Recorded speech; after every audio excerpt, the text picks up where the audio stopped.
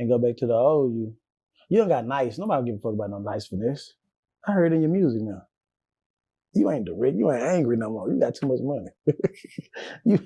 you ain't the angry finesse no more. The angry finesse sit there and talk that shit, and make a nigga ride to that shit. And what's the worst you ever been through in your life? Nigga, prison. How long you did in prison? Nigga, a year. Nigga, that's long enough for me. Shit, nigga, I did a year in prison. Nigga, that's the worst thing possible that ever happened. All right, you right. You right. It is, and everything you saying is. And then listen to Mo3 die. Hold on, and that's another. That's what I thought you were gonna say. Yeah,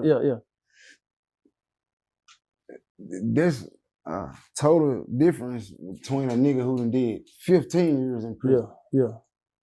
A nigga that done did 15 years in prison would be nice when they finally get a chance. In life. Yeah. But I blow your ass off though if you play with me. Right here. Right now. I go to jail or die. You know about my respect and about to make it home to my baby. I'm gonna do what I gotta do to leave here. But get what? I don't want no problem. That's my motto. My motto is I don't want no problem with no nigga, and don't no nigga want no problem with me. That's my motto. You get what I'm saying though? I don't want no problem. But you don't want now neither. And it's just dead on it. You know what I'm saying? And I ain't gonna lie to you though. I never touched on this.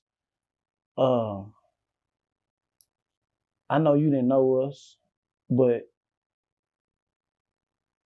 it was my fault because I'm using you as an example with Mo3.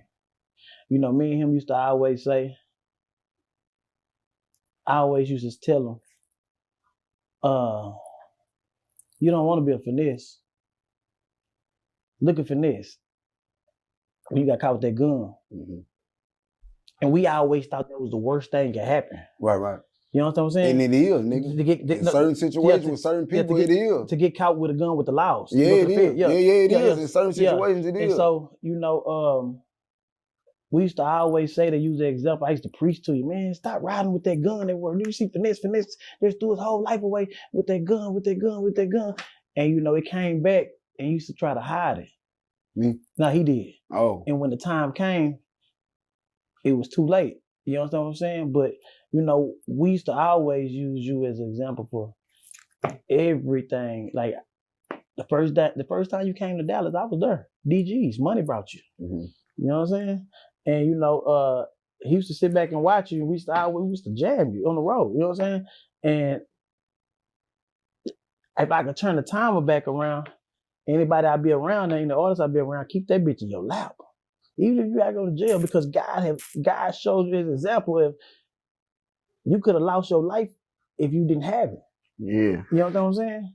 But you know, jail ain't the jail made me a millionaire. Right. I was breaking the house. Right. I went to jail for breaking the house. Jail made me a millionaire. You know, I got out, I met Mo3.